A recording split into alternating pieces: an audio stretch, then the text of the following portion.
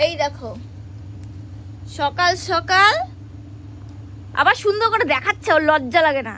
কি করেছো দেখি, কি করেছো দেখাও, দেখাও কি করেছো দেখি।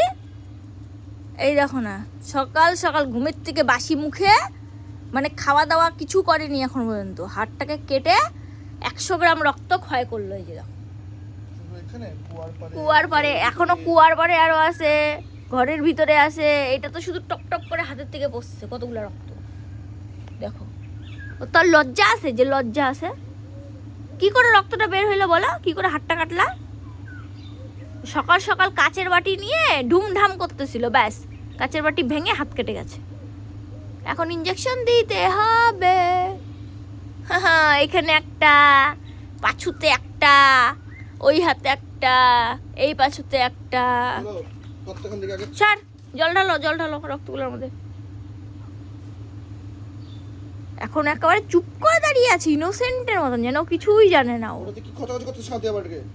ওটা খোঁচাখুচি করবে না বাবা, রক্ত পড়া বন্ধ হয় নাই কিন্তু এখনো। না জল ঢালো, জল ঢালো। উ তো হবেই, হ্যাঁ উ তো হবেই, কথা না শুনলে উ হবেই। আমি এই জন্য বলি বড়দের কথা শুনতে। ঘুমের থেকে উঠে তোমার দুষ্টামি শুরু হয়ে যায়।